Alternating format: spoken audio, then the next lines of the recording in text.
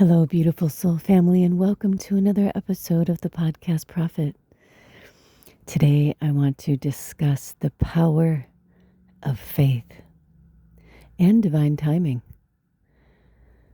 In 54 years that I've been alive on this planet, I have experienced more than the average human.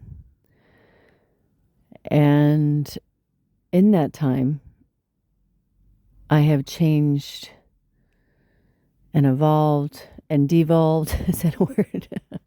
I went backwards, you know what I mean? Gone forward, leaped ahead, came back. I'm kind of like the hummingbird, going really quickly forward, backward, sideways, up, down, you name it. I wore the masks. They said jump, I said how high. I tried to people please, boundaries. I had no idea what that even meant besides, a property line, you know. And during this time, I have really grown to understand. I feel in a really beautiful way that I've somehow, like, I don't know if I would say I found the last piece of the puzzle, but I'm starting to realize now that when I take a step back and look at my life and my journey and my experience, it really is what they say, that it's about the journey and not the destination. Because if I were to step back and look at my puzzle, I would see that it's mostly put together. You could definitely see the picture, you know what's going on, and it wouldn't take long to see where the puzzle pieces are and put them in place and finish it. But for seers and mediums and those of us who see, we all have the same gifts that I do. It's just that mine were awakened and honed and skilled and crafted first so that I can show you and teach you how to do the same for yourself. Now, all of us are individualized, so it's going to be different for everybody. But there's basic rules, to being human. And today I want to share something with you that is just really special on my heart right now.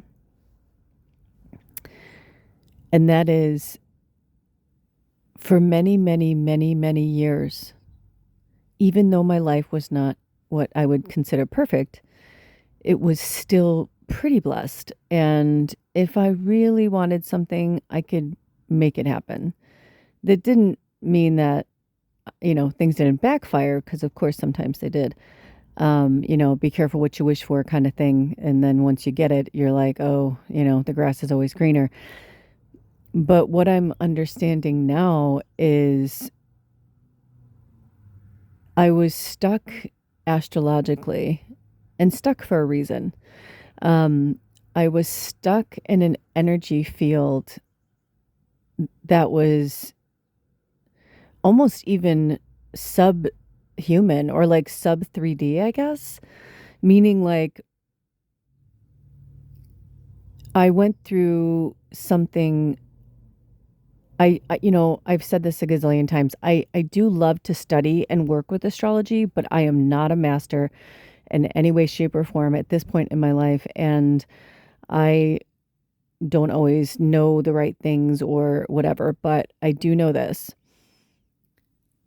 that what I've studied about myself and my own birth chart is my personality, the way I think, talk, walk, behave, even down to the way I pray, is so indicative and so much proof of the fact that Sagittarius really dominates my chart. But so does fire. I have a lot of Leo and Aries as well. Actually, Aries, I think I only have like one. But my third deacon's in Leo, and I have like three other things in Leo, and I have like, I don't know, I don't know how many things I have in Sag. A lot.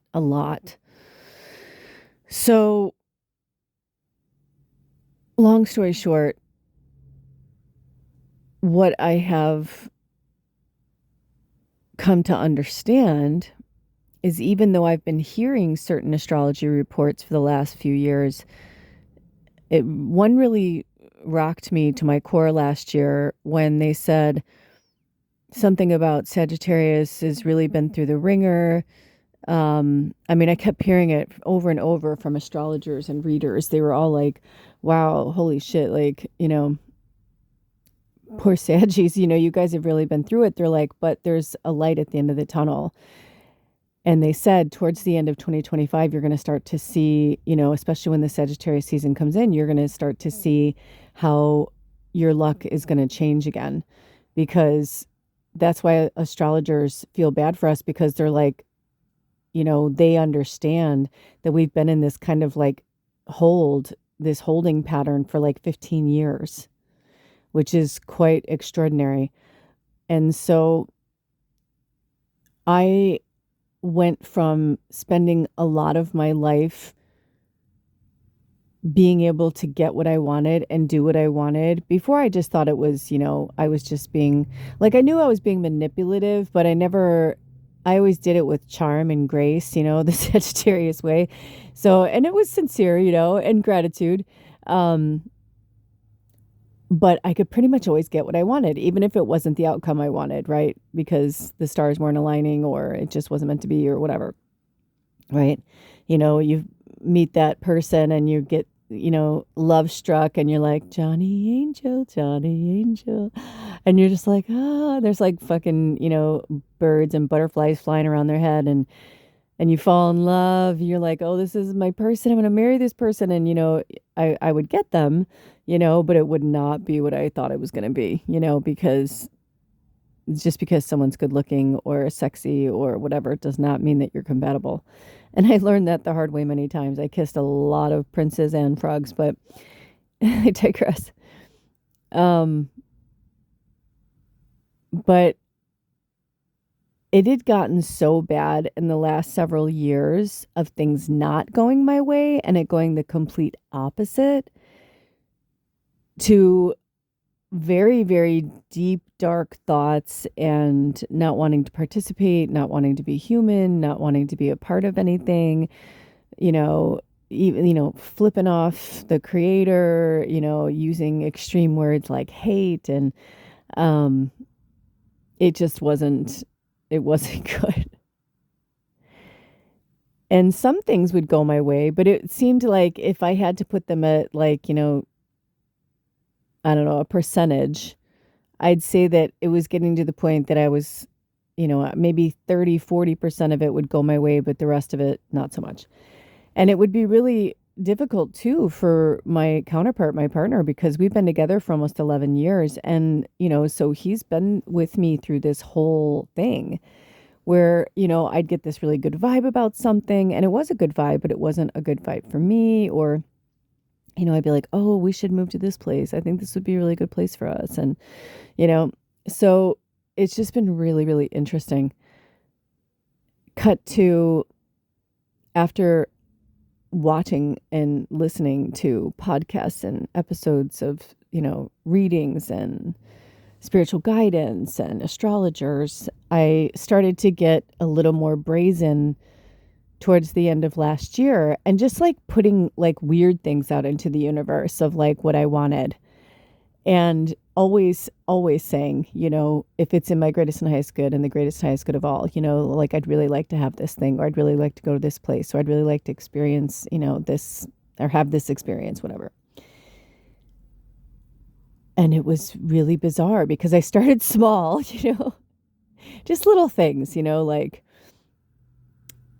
and I didn't want to manipulate, obviously, anyone's energy. I always say, obviously, whatever's in everyone's greatest and highest good, because that's really important when you're putting out manifestations or any type of intention or some dream or something that you want. You want to make sure that because our powers and our gifts are getting stronger, as the 5D gets stronger, our magic is getting stronger. The more we believe in ourselves, and the more we say and speak into being, I believe in magic and miracles, the more we do that, the more it actually happens. And so we must be really mindful of what our intentions really are and be grounded, really focused, really grounded, really focused before we do that. And it's, we don't want to make any type of, wish or anything when we're under emotional duress, or, especially if you're angry with someone. You definitely don't want to, put words or their name in your mouth or in your thoughts of anything but love, because we must be mindful of where we're putting our energy and our magic. So with that being said, I really started to notice by the end of December just how I was like, holy shit, they're right. Like, almost every single thing I wanted happened. And in many, many, many, many, many years, that didn't happen. I might get like 4 of like 10 things, you know what I mean? Which it's interesting too, because it made me realize what Spirit was really doing was conditioning me. And not in a negative way, but like in a way that I was considered beautiful. I was considered sexy. I was considered, intelligent. I was considered kind. I was considered funny. These things were said to me often on a weekly, daily basis. So, outwardly, I would get what I wanted, or things would just happen for me without even wanting them or requesting them. And I was like, oh, wow, look at this. How awesome, And then I would have like other people in my orbit that would be like, dude, you're just like magic. Like everything just happens for you. You're just so lucky. And I was, I never really thought about it. But over the last 15 years, while Sagittarius has kind of been stuck in this, cycle, I could tell you like the planets and whatever, all that, but I don't really know. I sometimes think that Spirit's saving astrology for the end for me, because I'm not exaggerating. Every time I try to study astrology, things just like before, like they just wouldn't work out. And I think it's because I'm already a telepathic medium. And I feel like if I knew astrology backward and forward, like when I watch certain astrologers, I'm like, how do they keep all that in their fucking brain? Like, how do they and I even have 2 astrology. I have a handheld astrology calendar, and I also have like a big calendar, and both of them like tell me every single day what's going on, and it's almost like I can read about it, I can study about it, and it just like leaves my brain. I have to keep going back to look at it, and I'm like, okay, you know what? I know for a fact that that's why Spirit doesn't want me to know, because I think at that point I wouldn't just be bored because I would like know too much, but I also think that it's just like not my time. I think like that will be like my mastery, and at some point in my like later, because I'm in my baby crone right now, I'm at the beginning of my crone, and I believe like when I get more towards like my later years, because I really do feel like I'm gonna live to be an elder, like 80 plus. So I feel and I know it wasn't always like that, by the way. And I feel like I could do a whole episode just on that. But recently I was given this energy and information from Spirit, and I started to realize what was happening. And I'm like, I've just basically been, and Sagittarius, like in general, like the energy, we're connected to Jupiter, and Jupiter is, it's the planet of like blessings and abundance and like awesomeness. And so it makes sense that we would be in this holding pattern for 15 years while the planet is going through a massive, breakdown, shit show, whatever. And I feel like as Sagittarians, and especially for myself, where it's like, I mean, it's like my rising, my sun, my sign, like I was born in Sagittarius, I'm December 13th, I mean, those are, we call them the big 4, right? So you have those, and then the moon. So it's like 3 out of the 4 big 4 are Sagittarius. So, excuse me, sorry, I'm laying down. So it makes sense that, they would kind of put us on hold. I mean, I can't tell you how many people I knew or would meet that'd be like, "Oh, you're a Sagittarius. I love Sagittarius." They're like, "What is it about you guys? You're like the coolest sign of the zodiac." I used to hear that all the time from people, or "You're like the nicest sign," or "You're the funniest sign," or "You're the most easygoing." And I'm like, "Yeah, like I really do love myself. I feel very, very blessed to have my chart. It's really cool." However, on the other side of that, my moon's in Scorpio. So that's kind of like, what? Especially because Scorpio is right before Sagittarius. So it's like, I'm dealing with the moon when it's like the moon in Scorpio season, so I'm dealing with that. And then Sagittarius season, I go right into that, so I tend to almost go through like this kind of shadow darkness during that time, and I purge a lot of things, and because the moon is connected to our heart. So it makes sense that, all of my big things are in fire, but in my heart, it's water. And it teaches my heart to go with the flow. And my partner's the opposite. He was born May 28th, so he's a Gemini, but his rising and his sun are Gemini, and his moon is Sagittarius, which is fire. And there's this song by, oh gosh, I can't pronounce his name. I can't think of his name. I think it's Ray Montangolo. I think that's by him. But this song, I can picture the cover of the album, but I can't think of the name of it right now. But anyway, he talks about, he goes, "My heart is like paper and yours is like a flame." And that every time I hear that song, it makes me think that's exactly what's happening. It's like Alder's been, since I've known him, like he wants, so like I can feel this loving, gentle, beautiful entity, yet there's this shroud and this anger, and like there's so much stuff that he's holding on to, but definitely in his heart chakra is so closed off, and it's something that we were like really battling with. And also one of the main reasons why we separated was I was like, "You've got to get rid of this shadow. Like I can't do this anymore. Like I can't, it's too much. I'm tired all the time." And I said, and I sadly noticed that when he was gone, I felt the best. When he wasn't here is when I felt the most like myself. And I said, that's a dangerous place to be. I really thought he was going to go away for like a month or so. Like I knew he needed some time and space. I did too, but I had no idea it would be this long.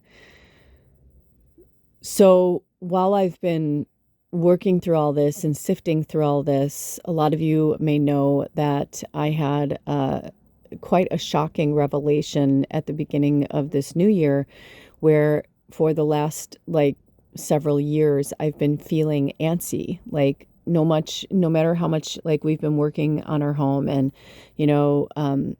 we tried to have like a house, and it was like nothing was really going for us. It would go for us for a little while, and then it would like fizzle out, or it would just go in a different direction, and we just kept bobbing and weaving and just going with the flow. And we're like, okay, we get it. We're earth angels. Like we understand, like we have like bigger fish to fry. So, okay, that's fine.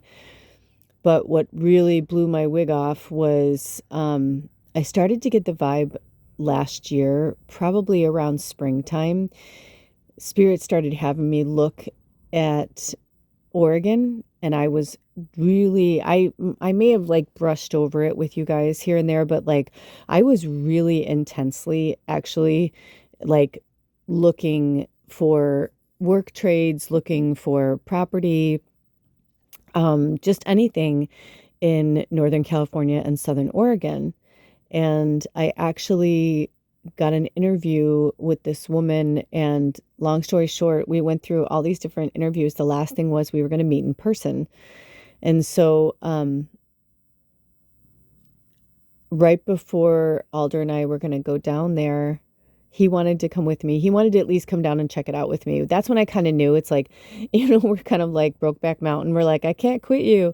Oh, Heath Ledger. But, I watched Spirit led me to watch like a bunch of readings and I mean a bunch, like seriously like 12 or more, like in like this last week. It's been kind of fucking weird actually because I don't normally do that, and it was like I felt like a crazy person binge watching, but I knew I needed to, and it all made sense and I followed the breadcrumbs. But like I watched three in a row the other day that they were completely different readers, and some were even like from 5 years ago, and they were laughing, saying like, "Oh, I know you keep trying to cut these cords with your twin flame." They're like, "Good luck with that." They're like, "It's not going to happen. Like, it's just not going to happen." They're like, "Some twin flames are only meant to like help others, help each other, whatever." And then she's like, "Other people." She's like, "You and your partner." She's like, "You're both earth angels. Like, no, like you're tethered here together to help each other, to get each other through things, to, there are a lot of marriages who go through separations and breakups and get back together, because if you're with someone for several years of your life, it's natural. You're going to change. You're bound to change. You're meant to change. That's the whole point. If you stay exactly the same and you never ever change and you go through the same things over and over and over, it's like so repetitive. I mean, some people thrive in that. That's fine. But I know for myself and for Alder, it just wasn't for us, It's not who we are. So anyway, so last year when this came to be, I mean, I was like, fuck it. I don't care if I have to take, a bus down there. I was like, I really want to do this. And I had a really good connection with this lady, and it was really beautiful. It was for a work trade for this woman who was a natural Reiki like me, and she'd started this spiritual retreat center. She bought this beautiful property on a river in Southern Oregon. It was just south of Grants Pass, and I forget the name of the river, but beautiful. And she had like I think 3 cabins in the main house, but it was not listed. It's not like on Airbnb, nothing. It's literally word of mouth. And I forget how many acres it was, but it was a lot. It was at the base of like the Cascades. It was like on the west side of the Cascades. It was magical. It was so perfect. It was like 45 minutes from the ocean. It was in such a great, great, great, great location. The whole area was like really cute. I think it was like in or around Cave Junction, like somewhere around there. Just really cool history. But right before we were about to go down there, we had gone through like emails back and forth. We did a phone interview, like whatever. And then when we were going to meet in person, she's like, I hate to do this, but she said one of our really good friends is, get this, moving back from Hawaii. I didn't even put that together until just now, by the way. And she's like, they didn't know that she was looking for a caretaker, because it was one woman. I don't think she ever got married, but she was very successful. She was like a realtor or a lawyer or something with real estate law or something. But she made a lot of money in San Francisco, and she took all of her money and like just put it into this property. And yeah, anyway, it was really magical. She was really cool. She was in her 80s, but it was getting to the point where she couldn't handle it on her own anymore. And so she was having like caretakers like live there. So she said this place is, it's a healing place, and it's only by word of mouth, and, we're booked pretty much all summer. And it was off grid, like propane and stuff, kind of like how we live and stuff. It was really perfect. But anyway, so she's like, a group or like a couple friend of theirs was moving back, and they didn't know that she was looking for that. And they had not only did they know her, but they had worked her property before. So of course, I mean, I get it, but I was like, what the fuck? I'm like, and that's how my life was forever.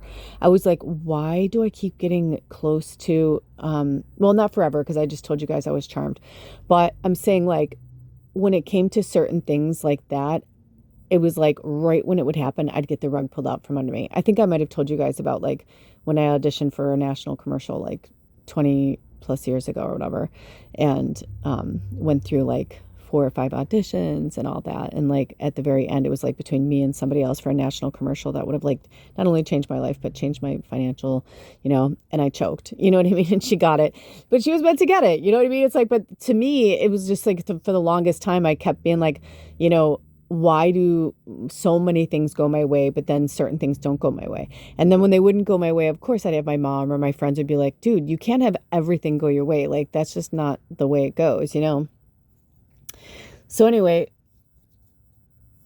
when that happened last year, I knew, as much as I loved the peninsula where we live and as much as we wanted to live up here, I really knew in my soul, I was like, this is not it. That's my refrigerator. That's my refrigerator going, no. But I knew, like, I really genuinely knew that I was like, unless I like have a place here and I have a place somewhere else, because I always did picture me like having homes like all over the world. But the interesting thing is I never really saw myself owning them. I feel like I'm going to own like one house, but like maybe I'll, do a timeshare somewhere else, or like, there's like a Airbnb that I love somewhere that I book time at, or, you know what I mean? Like, I just feel like it's going to feel like home. But I don't see me like, I'm not that, even though I am a triple Sag and all that, I'm not that ostentatious anymore. I used to be, but I honestly have to say that I feel like it'd be a waste. I wouldn't want homes just sitting there, just taking up space, doing absolutely nothing. It kind of wouldn't make sense to me. But who knows? We'll see what the future brings. Maybe I will, and I'll spend enough time at certain places. So let's just say I've been conditioned to understand that it's okay when things don't go my way. And it's okay when I don't get every, dream and wish and manifestation that I put out into the universe, because the universe mirrors back to us where we're at energetically. So if we're not at the place to receive blessings, to receive, if we're not aligned in the life, in the place in life, the people, all that, it makes a huge difference. That doesn't mean that while you're in a certain place that you can't have nice things or, enjoy, the pleasures of life. But what I started to realize was that I never, even when I'd get angry at spirit, or even when I would, start to lose hope or whatever, something would happen, a little spark, a little gift to remind me to have faith, because divine timing is everything. And I wasn't prepared for the wealth that I'm about to receive in my life. I wasn't prepared for the fame that I'm about to receive in my life. I wasn't prepared for any of it, the accolades, none of it. I wasn't prepared. I may have the natural or possess the natural, gifts of certain things, but that does not mean that I knew how to take care of them. I used to joke, but I really do believe that if I had become rich and famous in my 20s, like I thought I would have, like, I am 99.9% sure that I would have ended up in the 27 Club somehow. Either that, or I would have, died, in some horrific, whatever. But, because I wasn't mature to handle that. And because I was such a people pleaser, and because I wanted to be loved so badly, because I wanted to be accepted so badly, I could see me making really, really bad choices. I made bad choices without the money and fame at that time. So I can only imagine, you know what I mean? Like, I remember waking up in like drug dens and, you know what I mean? Like, for real. Like, I mean, one time a friend and I, he was really bad into drugs at the time. And I luckily, thank goddess, my body rejected drugs horribly. So the only two things I ever did was drink and smoke weed. Every time I did cocaine, I regretted it instantly, every time. And the sad thing is, I only did it because I wanted to party longer, which is so weird and fucked up, but sad. But I just remember one time that my friend was like jonesing so bad. And I was like, dude, we are really fucked up. We should not be driving. It was like 2 in the morning or something. Like the bars had closed. And he's like, dude, he's like, I just need a bumper. I just need to, I just need a little. I was like, all right, And I knew when we got there, I'm like, dude, this is a sketchy fucking, what is going on? And he's like, I'm like, where are we? And I was wasted. And he's like, we're at my dealer's. And I was like, and we were living in LA at the time, and we were in a really rough neighborhood. And I just remember being like, what the fuck are we doing here? And he's like, it's fine, it's fine, it's fine. Um, but he was so drugged up that apparently I passed out and he couldn't wake me up. So instead of like trying to get me into his car or whatever, he left me there.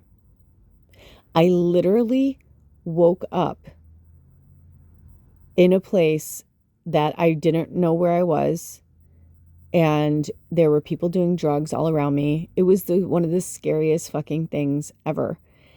And I was terrified to call Alder's my second husband. But I was literally terrified to call my first husband because he told me that if my friend ever did that kind of stuff, because like he'd done nothing that bad, but he'd done other things where like he would just like drop me off super fucked up, and like my husband would have to like, deal with me puking, and like I would be like recovering for like 2 days because my body just couldn't handle partying like his body could, and one of the last times he like literally threatened him and was like, if you ever, put her in a terrible situation, or if you ever drop her off here like that again, he's like, you're never going to see her. And he's like, and I'm fucking serious. He's like, I'm not fucking around at all. So I was terrified to call him because I knew that it would be the end of my friendship with my friend. And because he had said to me at one point that I was going to have to choose. And, it was weird because when I woke up, they were like, oh, she's awake. And I mean, I'm obviously nobody tried to rape me or kill me or rob me or anything like that. Like, thank goddess. But what was really disturbing was I couldn't get a hold of my friend. And then when I finally got a hold of him, he's like, I can't come get you. And I go, why would you fucking leave? He's like, dude, I was out of my mind. And I was like, that is not an excuse. I'm like, and I told him, I was like, if I tell, you know, my first husband, I was like, if I tell him, I'm like, we're never gonna be able to hang out again. And he's like, I know, I'm working on getting you a ride right now. And I was like, oh my God. I'm like, it was just so fucked up. So, because this was, before cell phones. So I was literally on this guy's like house phone. And I said, the guy's like, hey, I can drive you. And I was like, really? And he's like, yeah. And I'm like, I'll pay you, he's like, oh, don't worry. He's like, your friend and I, he's like, we'll work it out. He's like, he'll give me money or whatever. And I was like, okay. Because he had to drive me from like East LA to Sherman Oaks in the Valley. And that's pretty far. Luckily it was a Sunday, so it wasn't like too bad. Um, but when he was so cool all the way back to the house, even though like I had a really weird, sketchy, uncomfortable vibe from him. But what was so disturbing is when we got back to the house, he thought I was lying about being married. He's like, oh, if you're married, where's your husband? And I was like, he's at work. And he's like, so you've been gone all this time? He's like, your husband just lets you like, and I was like, yeah. I said, we're really, we're, married, but we're independent. We don't have kids, we kind of have our own lives, blah, blah, blah. And I was like, hey, listen, because I invited him in, because he drove me so far. I invited him in. I'm like, would you like, a beer or something? And he was overstaying his welcome. And then I realized what was happening. He was trying to have sex with me. And I was like, oh my God. And I was terrified because I was like, this guy's going to rape me in my own house. I'm like, I can't believe this is happening. And thank goddess. And everything happens the way it's supposed to. Right when it started to get like really uncomfortable, where I was like, I'm scared if I like say the wrong thing, like that'll upset him. I'm afraid if I ask him to leave, that'll upset him, Thank goddess. My first husband came home from work, and it was like, he looked at this guy because he's like, what is this fucking dude doing here? Who is this guy? What is he doing in my house? Kind of thing. And he was like, hey. And he had a, British accent. And so he was like, hello. He's like, he introduced himself right away because he knows me. He knows I'm not a cheater or anything, but it was still kind of weird and sketchy. So he was just trying to figure out the situation. And so the guy was like, okay, well, cool. And I was like, thanks for the ride. And he's like, no problem. He's like, okay, I'll see you later. Bye. And he left. Thank God. And then I had to tell him what happened, and I didn't see my friend for months, and it was like a really big deal.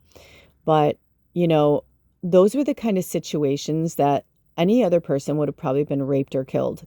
I had put myself in so many horrible, harmful situations, and somehow, some way, some things always like that, where now, mind you, just to let you know, and for those of you that this has happened to, I'm sorry. I have been molested by people I loved and trusted, and I have been raped by strangers and people I loved and trusted. So it's not like I got off scot-free. That's why I'm saying, like, I knew the energy, I knew, whatever. Unfortunately, fortunately, after I stopped hating myself and going through dark periods and drinking and partying, those things I didn't really have to concern myself with those kind of situations. But looking back on my life, I can see how, yes, it was incredibly charmed in some ways, but in other ways, I'm still human here. I still gave myself those lessons. I gave myself those trials. Like, I needed to learn from them, understand them, to be able to understand my intuition. Like, I didn't really want that guy to drive me home, but I didn't know any other way to get home besides, like, I mean, I could have taken a cab because, like, that was the thing. Like, before that guy offered, I was just going to take a cab. And my friend made so much money back then. And he was like, dude, I can literally, like, pay for a cab. Because I said, it's going to be like a $50 cab ride. He's like, I got it. Don't worry about it. Like, he's like, just take a cab. And, he's like, I'll pay you back. But then that's when the guy's like, I'll drive you. And he was so cool to me that I didn't, whatever. And to be honest, he wasn't a really big guy. So even though I'm small, I think there was a small part of me that was kind of like, it'd be different if he was like towered over me or whatever, which actually I think is also why my first husband, he was like right at the edge of 6 foot. So he was like 5'11" and some change, so to the guy who dropped me off, his dealer was probably like 5'7", 5'8". So, and my ex was like, he was, kind of stocky and hardy. So he didn't know him. He didn't know, and he had a British accent. Like, he had no idea who he was. And, his father's from India and his mother's from Austria, but he was born in England. So, he was very exotic looking. He didn't know what nationality he was or what, you know what I mean? Like, we used to joke that my first husband, I'm like, he was one of those kind of people because he was so blended. Because he was German, Austrian, and Indian, East Indian, because of that combo, a lot of people were like, is he Mexican? Is he, like, because we were living in California, we obviously were on the border of Mexico. So we used to get like that a lot. People are like, is he Mexican? People would be like, is he Middle Eastern? Is he Indian? Like, it was really hard to tell, like, what he was. So he can kind of almost be anything. And you know what I mean? Like, he had olive skin and almond eyes, and, he could even be Asian, well, he was from Asia, but, you know what I'm saying? Anyway, so this story went really far off topic, but basically what I'm saying is that there are just so many things that have and have not aligned, just like I'm sure they have for you as well. But in recent months, since they said that, this holding pattern was going to stop for Sagittarius and that the floodgates were going to open, I have literally been so blessed. Like, I have had so many magical, wonderful things happen. And this feeling that I've been feeling in my gut for the last few years that we were going to be moving, but not sure where. Oh, I just said we. That's the first time I've said we in a really long time. That was very interesting. Very, very interesting. That is so interesting. So at the beginning of the year, I connected with one of our tribe members who has been staying in Hawaii since last spring, and this is her second time staying there doing a work trade. And while we were on the phone, I got the vibe that I was meant to go see her. And then going to go see her, I started having like these downloads from spirit through meditation and in my dreams. And just, I was like, holy shit, I think I'm supposed to move there. And I was like, no, that's crazy. I'm like, why would I move to Hawaii? I'm like, why would I want to live in Hawaii? Like, why would I? And interestingly enough, everything aligned. And I was like, oh my goddess. So now I'm moving to Hawaii this year. And the needle on the record keeps moving, so to speak, because at first I thought I was moving in March. Then I thought I was moving in April.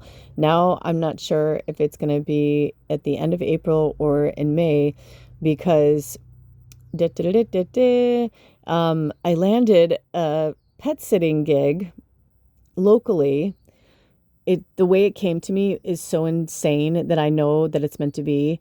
And this is one of those things that is so magical and awesome that most of the time, like when I was younger, I would just get it just because me being me, people would love me. People would, cling with my energy in a positive way because of my Sagittarian and my positive outlook on life and like all that. People just would kind of fall in love with me, right? So I would just get things. But then in recent years, it was like that audition where it was like I would go through all these interview process, or like last year, it's like, and then right when I'm about to get this like magical thing, it doesn't go through. And I'd be like, what the fuck, spirit? Like, when is it my turn? I'm not even kidding. Like I would feel super sad and I would hear that song from Little Mermaid when she's like, when's it my turn? And I was like, seriously, like for real, like when is it going to be my turn? This is kind of weird. Like I don't understand. So when I saw this thing it's for cat sitting, and a lot of you guys know I call her the president of Magical Medium, or the head of the all-stars of our group.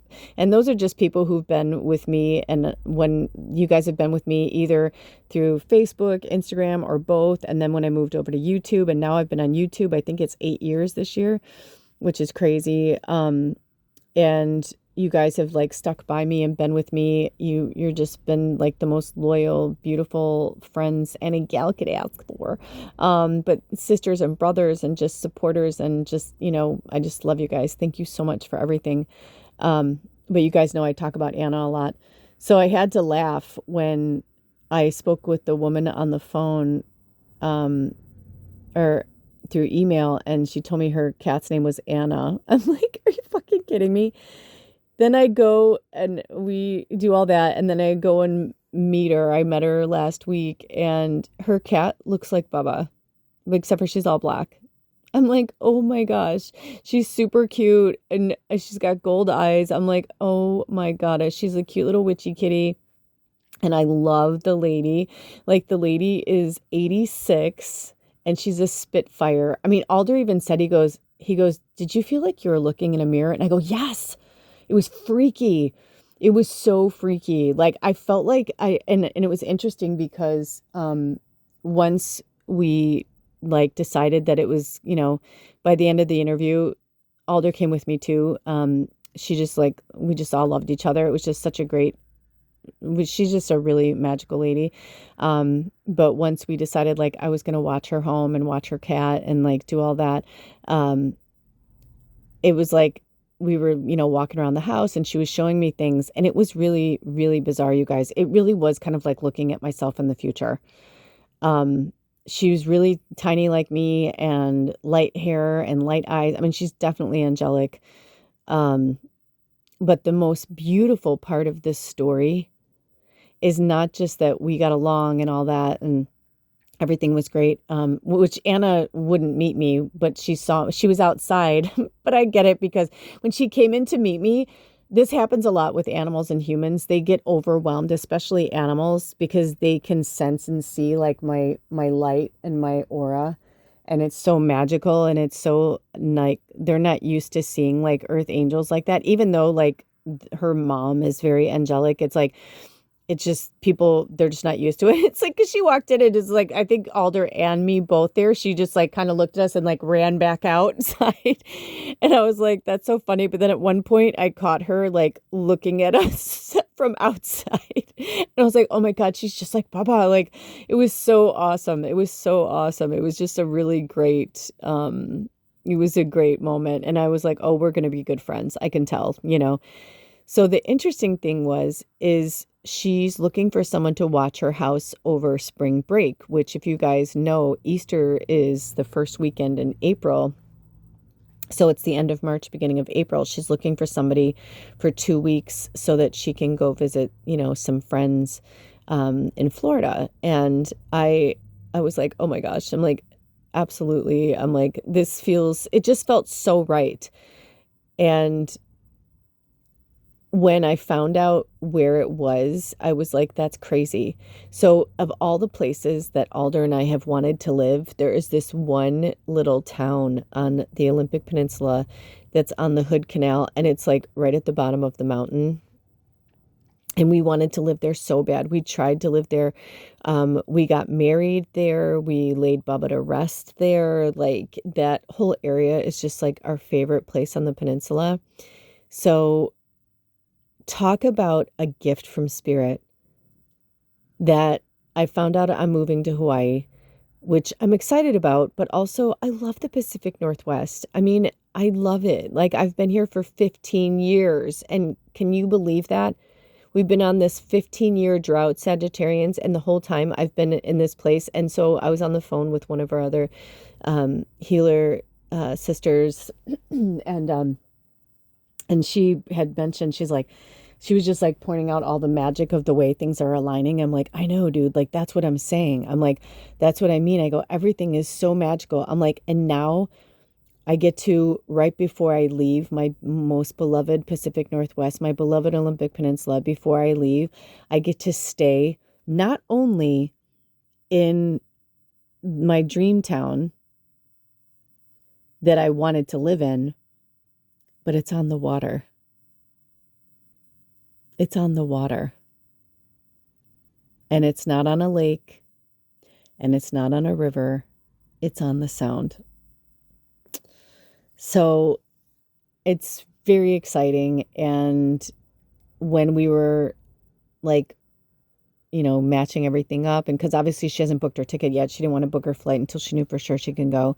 So I was like, you decide. I'm flexible, as long as I know, like, it's 2 weeks, like, you just tell me the dates and I'll just make sure. And I said, this is actually kind of perfect because it gives me a month to kind of, I've already gone through so many things. Like, I'm purging so much. I'm getting rid of so much.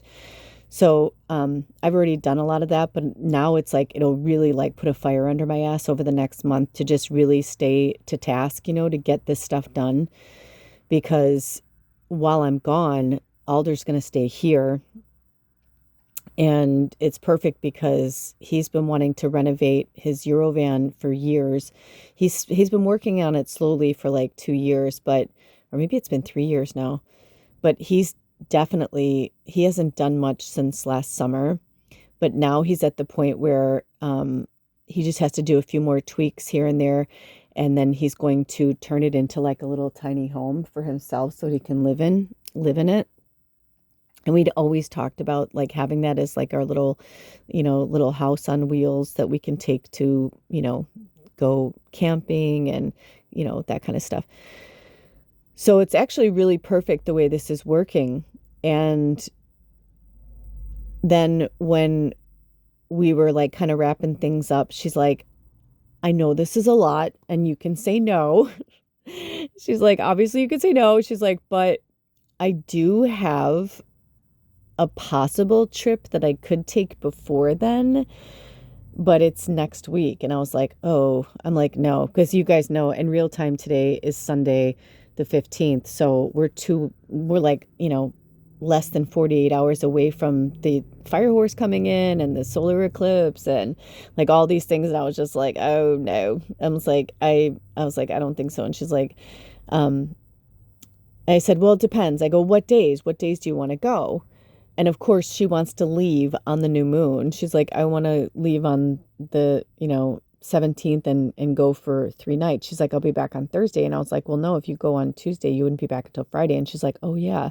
And then I thought to myself, you know what? That's actually, I'm like, I think that's good. I wanted to go live with you guys, but I was like, let me go get my phone and see if my phone comes in here. And because that area is kind of sketchy. And she's like, well, I do have Wi-Fi. And I was like, well, that's good to know. I'm like, yeah, but I'm like, I didn't want to go live and it be like, you guys know when I've gone live before and it's like, and it's like sketchy and cutting it out. It's just not worth it. It's more frustrating for everybody. So, I was just like, you know what? I'm like, because I kept getting this false positive from Spirit about what I was going to be doing on the new moon. I was like, I felt like I wanted to do a reading or I felt like I wanted to do some stuff, but I like, you know what I mean? Like, it's just nothing, like, I just kept feeling like that. Like, I was like, are Alder and I meant to go on an adventure? Are we, I'm like, what? I knew I was meant to do something, but I wasn't sure what. So get this. I've been saying this for many readings. You guys have heard in the background where I'm like, oh, like the traffic, or you hear like the motorcycles going by. And I was like, we just had a really, really, really nice January. Like the weather every day was between like 45 and like 60 almost and sunny. And so February came around and we started getting sketchier weather. And now the 3 days that she asked me to come by and sit with Anna in the house for, 3 nights and 4 days or whatever, we're getting a snowstorm. And get this, their house is like this old cabin that they restored and it has this magical old fireplace. I mean, what are the fucking odds that on the new moon in Aquarius with the fire horse coming in, I'd be staying on the water, right? Like, not only that, but Pisces energy comes in like right after that, like within like 24 hours, Pisces comes in. So it's like the new moon in Aquarius and then Pisces comes in. So we've got air, water, and then fire, and then obviously earth because, the house is like grounded and stuff. But like, she's kind of like on this cliff though, which is kind of cool because like she's on the water, but you have to like go down the stairs and it's like when the tide's out, you can like go down there and like be down there. But when the tide's in, like the water's in, so you can't. And I didn't see a dock, but I don't know. She probably does have a dock and I couldn't tell because the way that the properties are, it's hard to tell. I mean, there's so many houses there that it's like kind of hard to, like along the water, it's kind of hard to see the way that the properties are set up because they're more like long, like meaning like from like the road, like to the water. But then they're kind of like sandwiched in between each other. So it's hard to see like whose dock belongs to who, but it's really magical. And then she's got this cute little garden and like, it's just so fucking cute, you guys. It is the cutest. It is the cutest. It is the cutest. And I just love her. And it's literally like, I don't know. She's just a really special lady. Anyway, so I'm very, very, very excited. Because when we first sat down to interview with her in person, she told us that she had other people interested, but she was going to have to make a decision pretty quickly because she really wanted to book her ticket because obviously the longer she waits, it's over spring break, it's going to get more expensive. So I was like, yeah, of course, we understand that. And so then I was like, okay, well, we might not get this gig. I felt like she was, I was like, maybe she was just being polite. Like she felt like right away, like she didn't, but I didn't feel that because when she opened the door, it's like, we just like hugged each other. I mean, so the craziest part about all this is not all that magic because that is magical. But about 6 months ago, I wanted to move out of the RV and be done with it. I was kind of like, Alder and I we'd done some remodeling and we were winterizing it and doing all these different things, but we were supposed to put a wood stove in. And I said, I'm not living in there in the winter without a wood stove because I'm not going through the mold and all that bullshit. I'm like, I'm not going through that again. And so I started looking for somewhere to live, and she has a very uncommon name. And the area that I, was looking at is the same place where we're staying, right? So it was crazy because 6 months ago I met her because she has three properties on the peninsula. Sadly, her husband has dementia, and she finally had to put him in a facility just because she's so tiny, and he was really big, and she couldn't care for him anymore. He couldn't really walk on his own, and she really tried, but she just couldn't do it anymore. And it was really difficult. So she had to put him in a long-term care facility. So she's kind of like, she hasn't been on her own in years. So she's been having to deal with all these, they have three rental properties, and then they have their house, and she's just, she's a spitfire. She really is. She's something else. So anyway, we were going to go look at, she had this little, same thing, like she had a little trailer, like home that she had for rent, and I actually was going to go look at it, but then things kind of changed with Alder and I, and we ended up like, staying here, obviously. But when I initially answered her ad for the pet sitting gig, she didn't have her name on there. It didn't even, I don't even think it said where it was. It just was like, going away. She's like, it was in trade. And it was like, how would you like to, stay in this magical place for 2 weeks and take care of my cat? Like, we can do like a trade.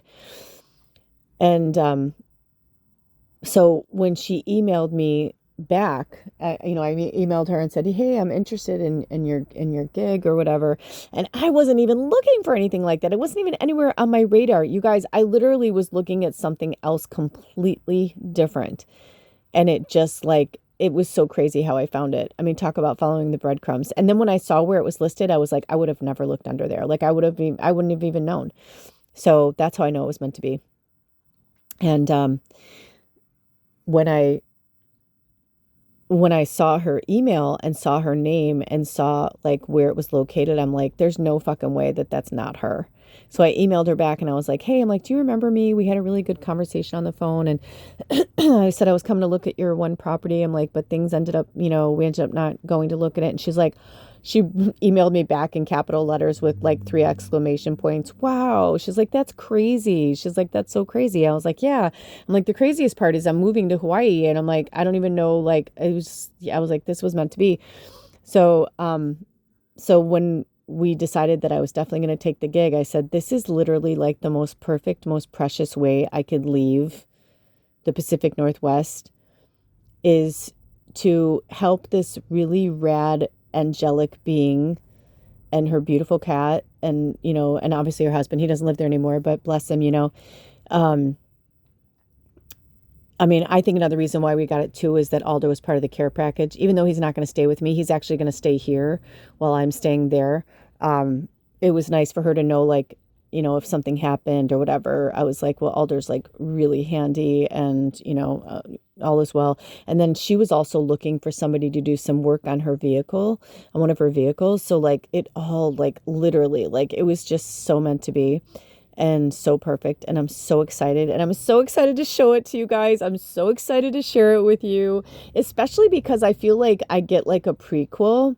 Like, I'm going to stay next week, or this week, I guess now, because it's Sunday. So I'm going to stay this week for 3 days in a cute little cabin with a fireplace. As the fire horse comes in, I'll be there for 3 days, and then I'll go back in a month and stay for 2 weeks. So I am so excited, and it's perfect because Alder can stay here and he can work on the Eurovan while I'm there, and I can stay there and have like a little mini vacation before I pack up my life and sell off my life and move to Hawaii. So I'm so excited, and I just want you guys to know that, I know that I say it to you all the time, but I really genuinely want you to believe in magic and miracles. And we have a lot of Sagittarius in our tribe, and I'm saying this to you guys because I want you to believe in magic and miracles, and you need to believe in magic and miracles because we have been getting a lot of no's and slammed doors in our faces for several years. And now Spirit is saying they don't want us to have any fear around it anymore. And if it doesn't work, it's just not meant for us, and not to get too attached to like the outcome of something. Like, I mean, we wanted to live in this town. We wanted to be there. We wanted so badly to live there, but we weren't meant to. we just weren't meant to. At least maybe not now. Maybe someday we'll come back here, or I'll come back here, or I don't know. But it was interesting because when I was telling her about Hawaii, she kind of, because I didn't tell her everything about Alder and I just told her that like we live apart. I didn't tell her, because she doesn't really need to know all that, and it doesn't matter. You know what I mean? It doesn't change the fact that like Alder and I would still do anything for each other. You know what I mean? So like the only difference is we're not living together and we're not intimate and romantic like we've been, but it doesn't mean we're not going to come back around. I really have faith in us that we will. And honestly, because we're just tethered to each other. And I think he's starting to feel it too. I'm starting to feel like from him too, that he knows he can't outrun this. We both have been runners and loners for most of our existence. And we were meant to be that way so that we can learn to be self-sufficient and independent. However, like I needed to have someone take care of me because I always took care of myself. I mean, my very first job was a paper. I had a newspaper route, but my first job was, I worked as a coat check girl at the local VFW when I was 14 years old. And I worked there. I started as the coat check girl. Then I became busser. And then I became a barback. And I was 14 years old. I shouldn't have been a fucking barback. That's crazy. You know what I mean? Like, but like I made money and I had a taste of it young that I was just like, so you guys know I've spoke about this many times where I've worked 2 jobs, sometimes 3 jobs, or like when I was going to school, I was going to college and working 2 jobs and picking up, internships and whatever. It's like, I've just been a go-getter. And, I feel like this was a time for me to kind of like take a step back and allow someone else to care for me, allow someone else to trust that, things are going to happen. Cause I know you guys like contribute and donate and all that, but, I haven't, I'm not saying I don't, but I used to do a lot more. I used to do a lot of readings and, I started the channel after I was, a working medium. I worked at Psychic Sister in Olympia, but now I can feel that my independence is coming back. But Spirit, it was almost like it was like I was on house arrest for all these years, but I needed to be here and I needed to be in hermit mode so that I could really learn like what it meant to be grateful, to really understood what it meant to be grounded, to really understand like where focus can take me. And, even this separation with Alder and I, it's like we had to separate so that Baba and I can have those last few months together. Baba and I were together for 3 years before Alder came into our world. And then I had to spend the last year being on my own to remember what it's like to be independent, to cook for myself, to care for myself, and now it's like, I mean, I even said to her, I'm like, I would do because she's like, I'll pay you. And I was like, I would do it for free. Like, don't concern yourself with that because she's got so much on her plate and she's, just this magical being. And I know she needs help. And I know that I need this too. I feel like Alder needs more stability right now. I feel like I need a change of scenery and I need to be able to I can handle it, doing the spit bath and washing my hair and all that. Cause I don't have access to a shower and all that. Like I have to go to a campground or a public facility or whatever to take a shower. But I was like, oh my gosh, I get to take a shower. I'm like, I get to take a bath. Like just those little things. Like she was showing me, she's like, look, I have hot water on demand. I'm like, oh my God. I'm like, I didn't want to tell her and like depress her, but I was like, that's funny. I'm like, every morning I have to fill up my big thing of, my big, stainless steel pot. I have to fill it up with water and put it on the stove and heat my water and pour it into my water dispenser. And, I live off grid. Like I know, so it's just really cool the way that this is happening. It's just, I can't explain it enough, just how blessed I feel. And I really wanted to share this with you guys and let you know that it really is in Spirit's time. And when we try to push too hard and, we will get pushed back, they will push back and say, no, it's not time, or no, you're not ready. And I kept thinking I was ready, oh, I'm intelligent, I should be ready. Oh, I've traveled, I'm experienced, I should be ready, right? But now I'm realizing that now I have the tools and I'm never going to stop growing or changing or evolving. Of course, that's going to continue every breath I take in this avatar and beyond. But I feel like Spirit's like, you did your time on Hard Knocks Drive. You know what I mean? Like they're like, you're done. You know, it's like I feel like if you've ever seen the Sex and the City movie, I use this analogy a lot, but it's so true. Where it's like, Miranda's marriage blows up, Carrie's fucking, you know, relate her marriage to B blows up, Samantha is just, feeling stifled in her relationship, but Charlotte's happy as a fucking clam. She's just so happy. Everything is good. And then she has this moment where, she's like terrified that things are going to go wrong.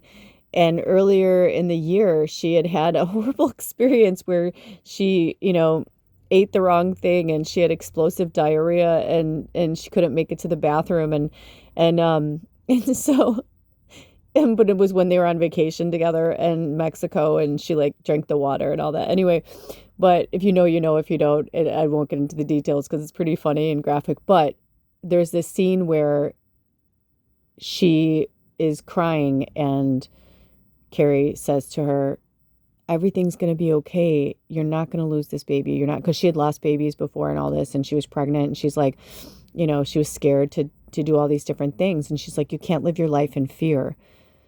And she's like, yeah, but look what happened to you. Look what happened to Miranda. Look what happened to Samantha. And she's like, I'm next. Like she was just like waiting for the other shoe to drop. And she looks at her and she goes, Charlotte, you shit your pants this year. I think you're done. And I kind of feel like that's where we're at. A lot of us as seers and light workers, like we have been, even if you're not a Sagittarius, this message is for all of us. Like, like we have been through so much. And Spirit wants us to start looking at the light.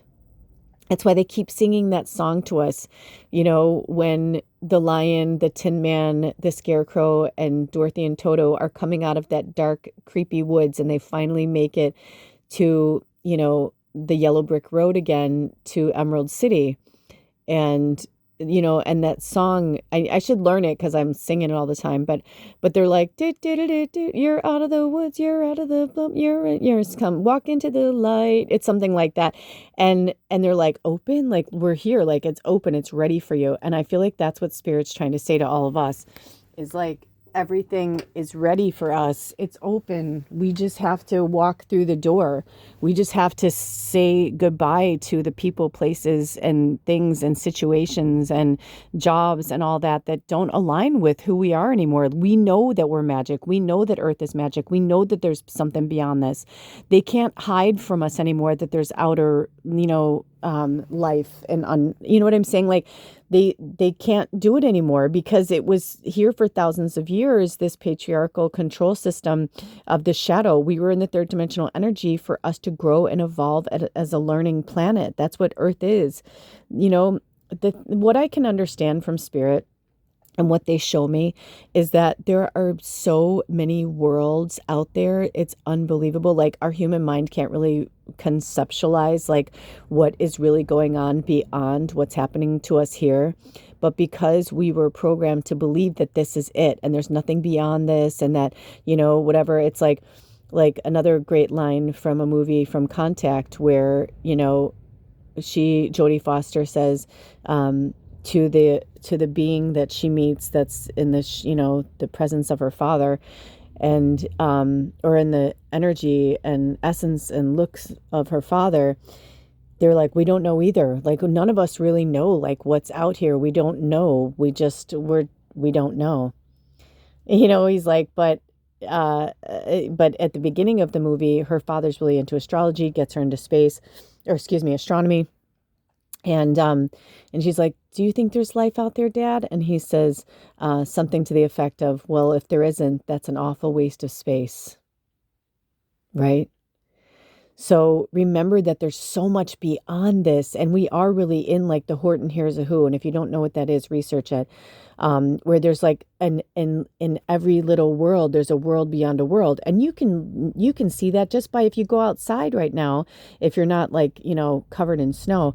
But if you go outside right now and you lay on the ground and you watch the grass for a while, you'll see, spiders and ants, and like you'll see, and they're all just going about they're just doing their thing. They're going about their life. They have their whole world. They don't know what's going on in our little world, in our little handheld devices. And you know what I mean? Like there's so much beyond this. So the third dimensional energy was an experience that we needed to learn, to go to the darkness, to go to the darkest places, to, see and watch and experience horrible, movies and TV shows, serial killers and child murderers, and like all these things that, like, yes, humanity can go to the depths and the darks of this, but humanity is also wonderful and beautiful. And we come from love. Wherever we come from in the universe, we come from love. That's what we come from. We are pure love.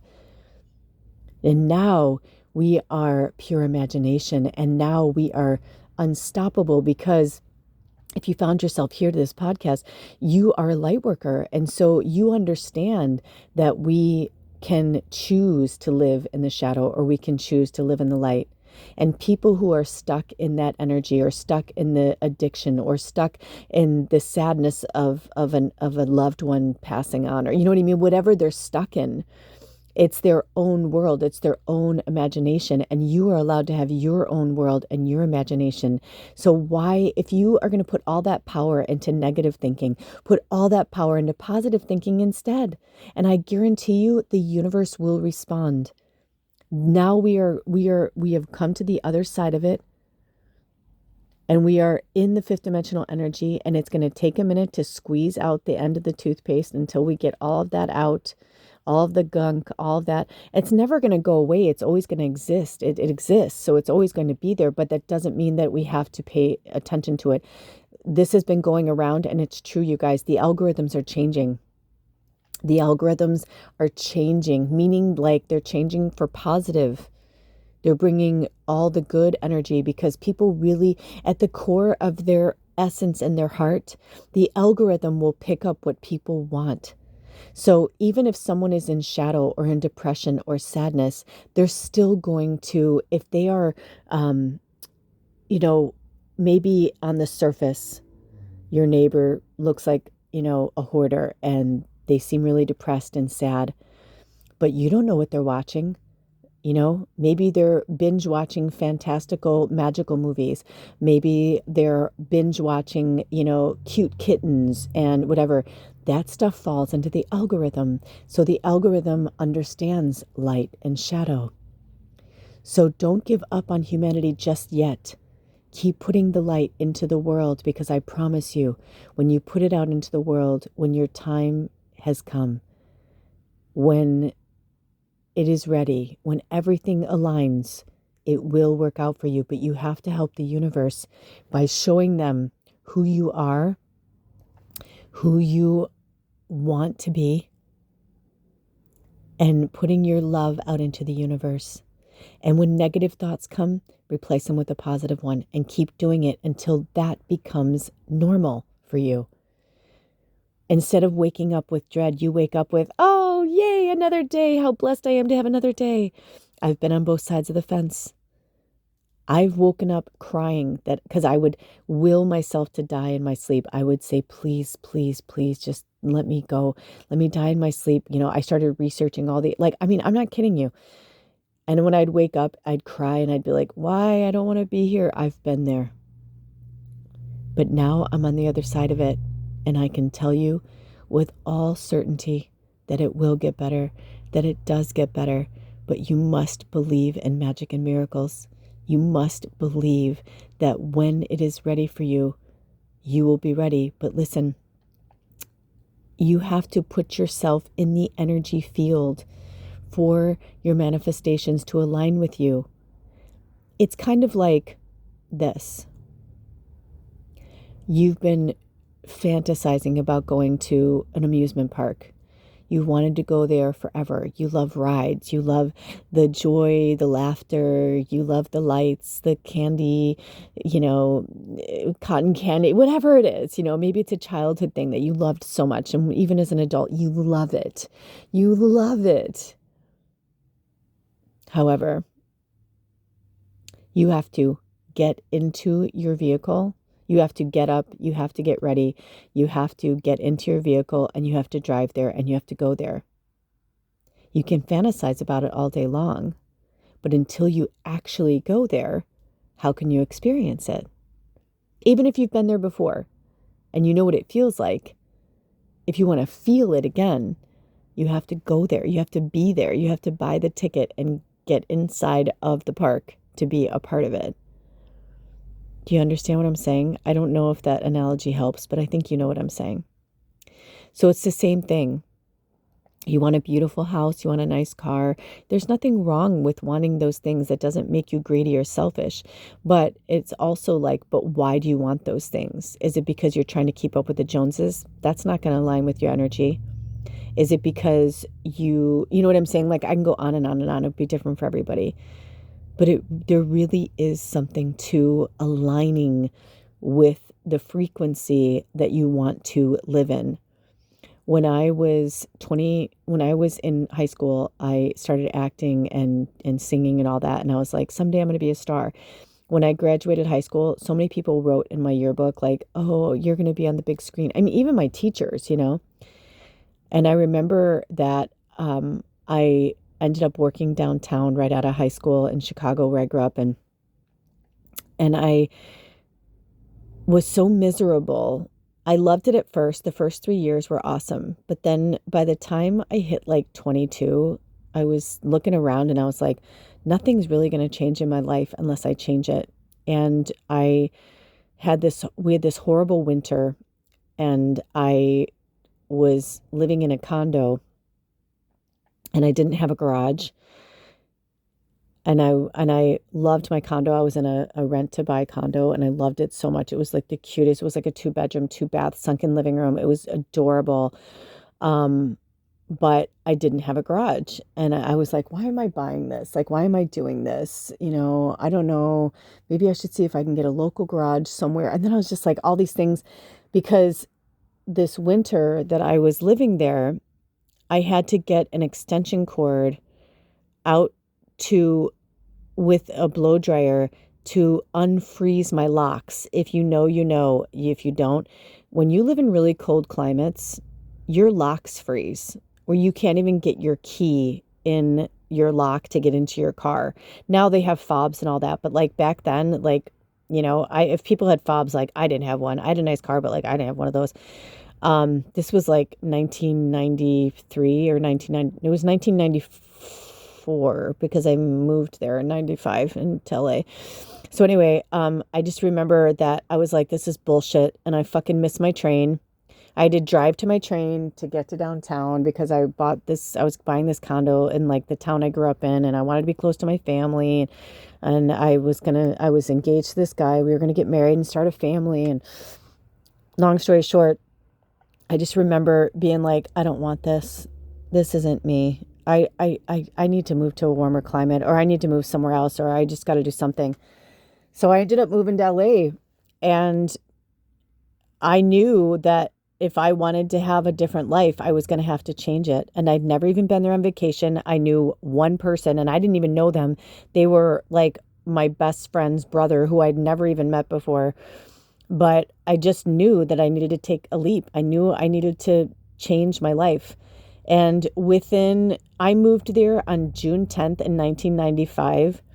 By the end of August, or maybe it was even the end of July, but it was like within like a few months of me moving there, I was working at the Planet Hollywood in Beverly Hills and like having conversations with the owners, who were Arnold Schwarzenegger, Demi Moore, Bruce Willis. They were married to each other at the time. That's when like their kids were little and stuff. And Sylvester Stallone, like they were, I mean, you know what I mean? Like I completely shifted my fucking reality. I remember telling my family like things, and they'd be like, you're lying. I'm like, I'm not lying. I'm like, yeah, we had a party and like Elton John was there, and I met Elton John and his mom, and they're like, shut the fuck up. And I'm like, no. But I had to go to where I needed to be. I had to change everything in my life because I was like, you know what? And honestly, a lot of it was because I knew I was meant to be a performer of some kind, you know. And at my going away party, I was doing karaoke, and my one friend was like, I'm so happy for you. She started crying. She's like, get the fuck out of here. She's like, all the rest of us, we're lifers, man. She's like, we're not going anywhere. We're not gonna, you know what I mean? She's like, you need to do this for us. And I will never regret it. I will never regret it. Now I'm moving to my sixth state on an island. You know what I mean? Like, and I've moved 30 plus times, and I'm 54 years old. And I know that's me. And yes, my triple Sag and all that, and my moon in Scorpio, and I can go on and on and on. Yes, I get it. But it's also because I decided to have the life that I wanted. And I knew if I wanted to have this life, I had to go after it. I had to chase after it. Spirit giving me this little house sitting gig before I live. I mean, what are the odds? I mean, it's like, come on, and I get to be, and I even said to him the other day when we were leaving, I said, hey, do you want to go for a little hike? Cause it was like, we were so close to like our favorite spot. And he was like, no, he's like, you know what? He's like, you're going to be there next week. And then you're going to be there for a few weeks. He's like, we can plan something where I'll come by and like, we can do a nice hike. And I was like, all right, cool.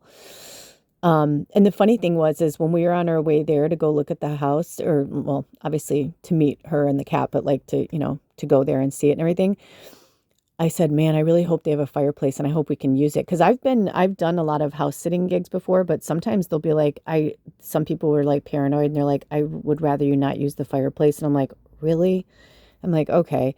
Where this one was the opposite. It was like, she's like, I hope it's okay. She's like, the house is run on the fireplace. She's like, we don't have central heating. I'm like, well, lucky for you, I live off grid. So she's like, yeah, she's like, I have a space heater. She's like, I have them in the rooms. And she's like, and I don't even really run them that often because I run the fireplace most of the time. Now it's just like, I fucking love this place. I love this lady. I mean, and it was like, she reminded me of my grandma. The house reminded me, the way she decorated reminded me of my grandma. Like, it was crazy. Even like it had a high pitched ceilings, because it's like an old school cabin. So like they had these really high vaulted ceilings, like my grandparents' house. Like it was just really wild. I said that to him. I said, this is so crazy right now. I'm like, this is so, so, so, so, so, so crazy right now that this is happening. But it's also magical.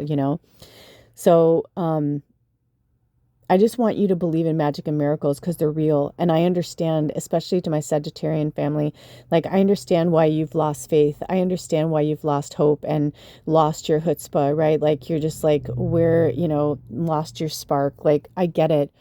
We're full of spark and optimism, but when you keep hearing no, or when the people we love and the places that we work and the places that we live just continue to disappoint us, it's like, you know what? What's the common denominator? My mama used to say that to me. What's the common denominator?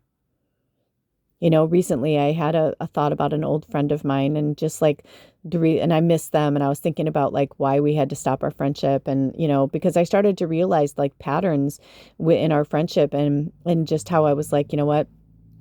I was like, yep. I'm like, they were the common denominator. That's why certain things would go a certain way because of the way that they were. And I tried to be there and I tried to be a good friend. But in the end, I was just like, I can't be friends with, you know, it was hard watching somebody continually light the match and burn down their own life over and over and over and over, like the self-sabotage. And it was sad.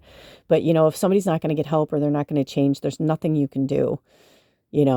People have to, the only way of healing is ourselves. We have the power to heal ourselves, but we have to have the courage to face, those shadows and to face those limitations that we have set in front of ourselves as limitations and break through them. We are unlimited, unlimited, right? Like together we're unlimited. And then, right. And she's like, together we can be the biggest like force there is, Glinda. Right. And she's like, but not if you're not on board, right? Like everybody has to be on board. If you haven't seen Wicked, I highly recommend you watch them. But right, like it's so powerful because here she is, she's the real deal. She's a real witch. And she's like, I can help you and I can show you how to be, the best version of yourself. And she's like, yeah, but here I'm loved and adored and everyone. And she's like, yeah, but this is bullshit. And these people are hurting people. And like, I feel like that's why Wicked was like snubbed at the Oscars because it's so political. And if you really look at the basis of Wicked, it's such it's literally a metaphor for what's happening with humanity right now, right? And like the 1%, and like, it's like the wizard is kind of like, the sitting American president and the Russian president. And, I can go on these world leaders that like are, um, you know, that want power and greed and whatever. But it's like, then there's people who have the light and the love that want to make sure everybody wins and not just a few. That's what we're doing here as light workers, you guys. That's our job. And we are allowed to have magic and miracles, but we needed to learn how to ground and focus and balance and love ourselves. I'll put a link in the description box, but I just put, it was not an easy one. I'm not going to lie to you. It was one of the hardest pick a readings I've done in a really long time. I was really hoping to do like some type of fun love reading, especially when Spirit told me it was going to be like about self-love on Valentine's Day. I thought, oh, perfect. And then I'm like, I did 4 readings and they were really intense, but it's really about like facing what you need to let go of and leave behind in the year of the snake. Because when the fire horse comes in, it's going to be like taking no prisoners, man. We are here. We are queer. And we are here to rock the world, right? Queer, weird. Do you know that these words were actually used as fantastical words and words of magic? And people use them in negative ways. And they're like, it's not negative, When somebody calls themselves queer, it's actually giving themselves an accolade of how special and amazing they are. But when somebody uses it in a derogatory way, they take their power away, right? Like I remember when fags were cigarettes, and somehow that went from calling a cigarette, a slang word for a cigarette, became a horrible slang word for someone who is very feminine, a male identified, or what people would identify as a gay man, right? And it's like, oh, he's a fag, he's queer. And it's like, but in the gay community, like a lot of my gay friends, it's kind of like, I remember one time it's kind of like black people calling each other the N-word. And my one friend was like, what? I go, I grew up in the south side of Chicago. And I'm like, I wouldn't, as a white person, I would never use that word anyway, but like, I would never say that. I'm like, but like they could say that to each other. I said, it's kind of like you guys. It's like if somebody called you that word, you wouldn't like it. But they would call each other that, I mean, I remember like my one, I had this really great group of friends, and these guys, they were always kind of like competing against each other. They were drag queens, and he'd be like, oh, you faggy queen, like, or whatever. And it's like, but I wouldn't say that, you know what I mean? Like, I would never say that to him. But, and look at, I said the N word, but it's interesting because I don't look at them the same way, because even though I know that it has been used that way, I know that it's just different. And I think that's what's happening now too, is that we're breaking apart all these different things, like why does this offend you? Is this coming from an emotional, why is this upsetting you? And, we're going to be unpacking a lot of things. And I feel like, as a lot of us as light workers and healers and earth angels, like we're here to go through all of these changes and transformations first, so that we can really help the rest of humanity as it changes and evolves and grows into the full on 5th dimensional energy, where of course negative will happen. People will get angry. That's part of it, but it's not going to be the same. It's just not going to be the same. Or like right now, where people are hurting each other and killing each other. And it's like, we're at all different types. We're literally participating in multiple wars right now, whether it's spiritual, emotional, physical, mental, all of the above. It's just like we are just going through so much as a species, as in humanity, and in our collective as a consciousness as well, because it's not just happening on Earth, it's happening throughout the universe. That's what Spirit's been showing me. They're like, it's not just happening here. Although Earth is a training ground for the soul, it's a very special place. It's if it's not the coolest, like most amazing planet in the universe, it's like one of them. And that's why I feel like in other solar systems. There's tons of planets and they like fly between each other's planets, kind of like the way we travel here between, continents and like islands. Like I was looking at Hawaii. It's so crazy. You can fly between the islands. Like you can fly round trip between the islands for like less than $100. Like if you just like want to go to Maui for the weekend, like you can do that from like the big island. It's super cheap, super easy. And it's like a 45-minute flight each way. It's like, I'm like, this is so awesome. So I'm really excited too, to kind of explore the islands and all of that. But sometimes I get glimpses that I will come back here. So I don't know if I'm coming back to the Pacific Northwest just to visit, or if I'm going to come back to have a home here and have a home in Hawaii. I don't know. Like literally it could go either way.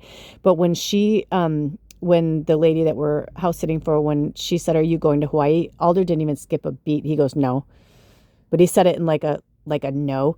And I just kind of looked at her and I was like, "We'll see." I'm like, "We'll see what happens." I'm like, "We'll see what happens."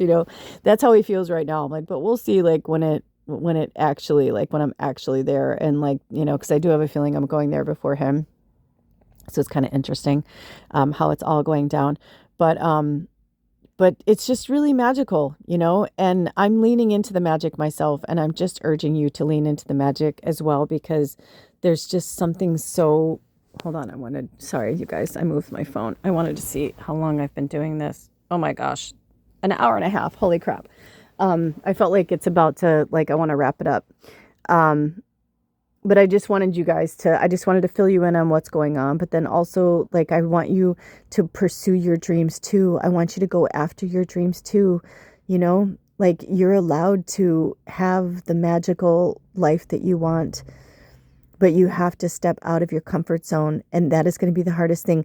I said to Alder, I started after I agreed to, because I was like, yeah, I'm like, that'll be cool. I'm like, I could do that. It's only 3 days. I go, it'll be like a little prequel so I can kind of see what it's going to be like. Because, there's only one downside, and she has a renter. So it's a really big house, but like she's like, it's not a big house. The top of the house is cute. It's like, it's a small little like 2-bedroom, 1-bath, but there's a full house like on the bottom. They have a full finished basement. So it's like the whole top of the house. And so she has a renter. But the good news is it's a woman, and she works in the town that I live in, and it's like super cool and laid back. And when she told me her name, I was like, oh my gosh, I love it. She's like, well, her legal name is this, but she goes by this name. And I was like, I love it. And she's like, she's gone Monday through Friday from like 7:30 in the morning till 5:30. And I was like, that's perfect. I'm like, I'm more of a night owl, but I'm a quiet night owl. So I'm like, it's not like I'm going to be like dancing or anything to bother her. But she said, she goes, she really keeps to herself. And she goes, you may run into her or whatever. She's like, but she's super nice and like, it's all fine. Cause I was like, oh no. But I thought this is actually kind of perfect too, because I've been alone for a really long time and I don't know where I'm going or what's going to happen. And if I end up doing this work trade in Hawaii, like I want to do, if I end up doing that, then I'm going to be, around people all the time. So I feel like this is kind of like, they're like, here's 3 days. It's like it's like slowly like helping me get out of my comfort zone of like doing things my own way, being in my own house. And, right, I'm going to be in her house. So I'm going to, I have to be respectful, which I am, of course. But I'm going to be there for 3 days, and then I'll know what it's like, so that when I go for 2 weeks, I'll know what I need, what I don't need. You know what I mean? Like, I'll pack with my pendulum anyway for this week, but anyway, so I just wanted to share that with you guys. I don't know when they're going to have me post this, but blessed new moon in Aquarius, blessed Pisces season, blessed eclipse season, blessed thank you to the wood snake, and welcome to the fire horse. I am so excited for all these changes and transformations. Allow the magic to come into your life, because it's just begging. It's right at your door, you guys. It's knocking at your door. It's waiting for you, but you have to walk through the door. You have to walk out of the world and the life that it no longer serves you, and into the life that's waiting to start. Thank you for listening. I love you so much. Take good care of yourselves and each other. Love yourself and each other. And like I said, I'll put a link to that reading. I feel like it's a good one. We all need that medicine. Sometimes the medicine's a little hard to take, but we need it. All right, you guys. I'll talk to you next time. Blessed be. Oh, love you. Bye. Oh, and P.S. I can't wait to show you pictures and video for this place that I'm staying. Oh my gosh. Okay. I love you. I'll talk to you soon. Bye. I feel like I'm getting off the phone. Bye.